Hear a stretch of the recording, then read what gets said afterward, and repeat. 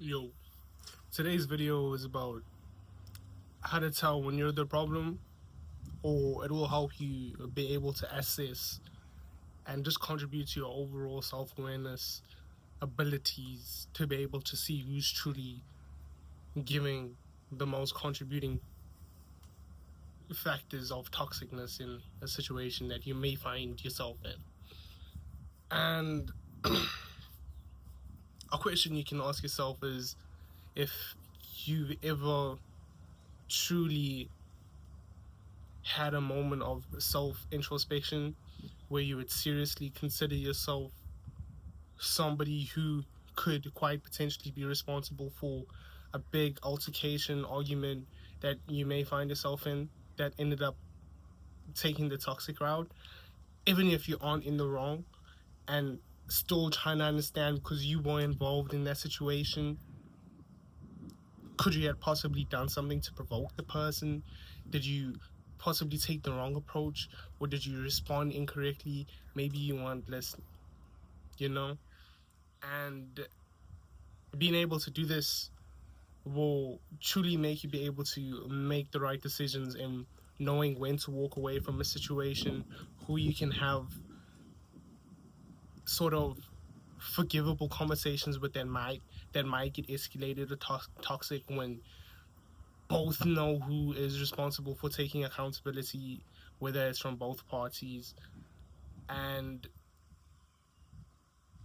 that is a good place to start when it comes to coming to think of this sort of thing, which a lot of people don't spend a lot of time thinking on. And I recently had some time just to lay in bed because I was in hospital for bronchitis. And yeah, it was something I couldn't get off my mind so easily, because I did make a video speaking about why you shouldn't feel bad for anyone. Why you shouldn't feel bad for cutting anyone off, which, to put into context, is only valid for the right or correct reasons with true self-introspection and accountability, and knowing where to draw those lines where shit shouldn't be crossed, and when you know when you should or shouldn't forgive somebody, or if you feel like they'll truly just never change in time in alliance to your plans and goals and who you want to become and what you're working towards. And sometimes you may realize that somebody who you know is toxic, or if you're watching this and you want to have a moment of self-introspection to maybe assess if you could possibly have been somebody who was toxic in some sort of situations that you've been in. And sometimes in others or in yourself, you might actually not feel bad at all for cutting off or ghosting anyone with any sort of minor inconvenience, just so that you could avoid any sort of feelings of being the person who's in the wrong. You know, a lot of people do that, and you could possibly be one of them if you haven't really paid attention on how quick your fight or flight is. And that being said, it's not like what I said earlier, when it's like, you should always try and put yourself in a position to try and consider if maybe you could have possibly been the person who contributed to the toxicness of the situation, quite potentially. Not saying that you should always like put yourself in a genuine victim position where you're always looking to blame yourself. That's not what this video is about. But it's being able to be capable of looking at that specific situation with so many different perspectives and take the most humble, most noble approach on how to deal with that person or conflict that arose, or determining which one of you truly needs to take accountability for being responsible for being toxic. And having those sort of characteristics, like feeling super comfortable, super fast, super quick to drop squats and hop away from a sort of situation, from even someone that you're close with, because you want to avoid these feelings of quite potentially possibly being the person who's wrong. You quite possibly be looking at maybe you are the toxic person, or vice versa, maybe the other person is the toxic person. And if you also notice a friend or somebody you're spending a lot of time with because of work or because of university that is always quick to jump to these sort of conflicts or debates or arguments when it could just be conversations and always like come to like a mutual understanding without anyone feeling beaten down, etc., or not heard or not understood, or like they just like overall wasting their time. Like if you notice that in someone, or after me speaking about it, you notice in yourself, that could be an identification that you might potentially be the problem or the person who's toxic in the situation.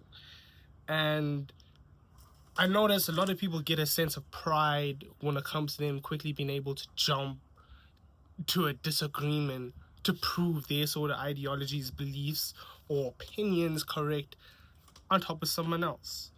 And, you know, being that constant state of mind as you think that way for a long period of time, you know, it contributes to that sort of toxic character you have, and that repeats cycles,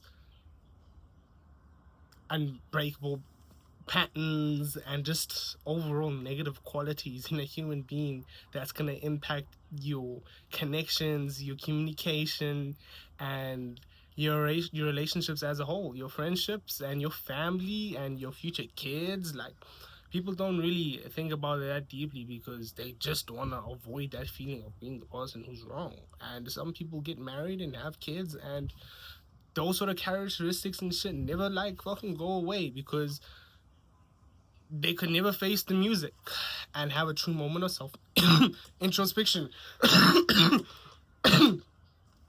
And I'll go on to mention some more red flags to help you be able to assess these sort of situations better from you and the person or the other party. And I'll go on to mention 2 or 3. And something that puts me off so much, or something that I can't bear, is when somebody is also quick to make something about themselves. Especially, like, for an example, my ex-girlfriend. I was just brushing lightly over what I wanted my average diet to be like. Not when I'm at my most peak financially like well off position, but like when I can finally get to the point where I can eat shit like steak fucking twice a day with the best quality eggs, and just like the most peak, most optimal basic diet, which is pricey. I do eat beef and chicken and get in good sources of nutrition, but like the best of the best of the basic shit every day, consistently without a miss, you know? Eating so good that like even the cravings of fast food when you've been dieting for so long was like, damn, I'd rather have a good quality ass like fucking 400 piece of steak right now, you know? And she went on to be like, have you ever tried rice? I'm like, are you serious?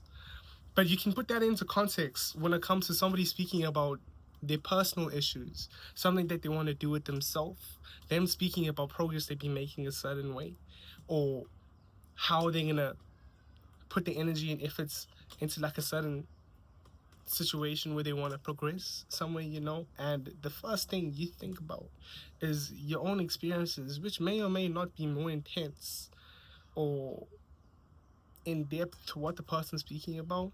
Is just immediately unfolding them with what they could be doing better. And you can do that in a healthy way after you make the person feel heard and understand where they're coming from and why they're speaking about it the way they're speaking about it. You know? Like,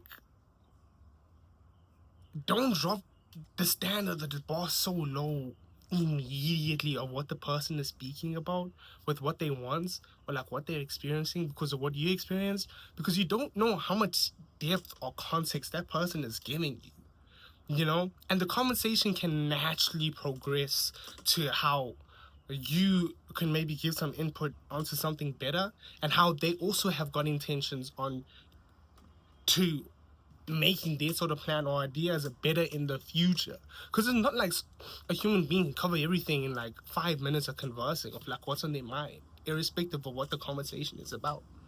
So something you could be doing like subconsciously without even realizing is making everything about you. Or something you don't realize about somebody who could be toxic in your life is them making everything about them. Like, be a good listener. Understand the brother or the sister. Don't be quick to jump to solutions until the time is needed or they ask you. Just let oaks live and let the progress come and share your knowledge wisely and comfortably in a respectable way. And don't fucking make it conflict and make it toxic, which always happens in friendships, in families, over the dinner tables, after days of work, when couples are in their beds and they're speaking to each other, like without even realizing. Small conversations turn into conflict and it ends up so toxic. And I'll just mention one more quality or trait you can look out for in others and yourself, and that's how quick are you to ask yourself, just how much does this impact or affect me? Which is completely understandable in certain situations where something just might not be worth your time. Maybe the person who's speaking to you, you have utterly no space or place for them in your life, and you just want to move on with your day and you never want to see. That's understandable. But like, when you're dealing with close friends, family, or your spouse, or like a close colleague, for an example, and you know maybe the conversation may take an undirected, like unexpected approach or turn, and instead of like with your close circle, it being something you could possibly dive into, like with both of you having no bias, being able to like have self-introspection as well and look into the situation, you're like, I don't know, how much is this really, I could just like, this doesn't really matter. And I would just really prefer believing in what I believe in and like just completely shut you out, bro. Like, nah, it's good. That's quite toxic. You might not be engaging into something that you feel like is not worth your time, okay? The conversation didn't have to be toxic because you just made it toxic. You shut off the gateway for someone who is somewhat close to your circle to be able to grow with you in a conversation where you both could come to like mutual agreement, or just respect to like whatever that sort of clash had to happen. But being so quick to be like, how does this really like, is this really gonna impact me? It's pretty lame, bro. And that's the last point that I'll make on that. And just some thought that I had when I was on my hospital bed, obviously, because over this YouTube channel that I have, that I just speak about life in general, are all things that a lot of people overlook that I've noticed as well. Things that I've picked up for myself that have helped me like crazy. And it just makes life better. It makes communication, like mastering communication, being able to kids on a quad bike, oh, it's a motorbike, gotta love it.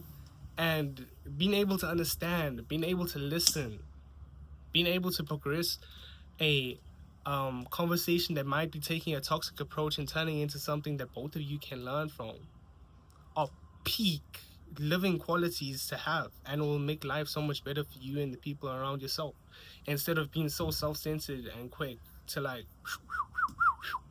which trust can be justifiable, but like I said, when valid.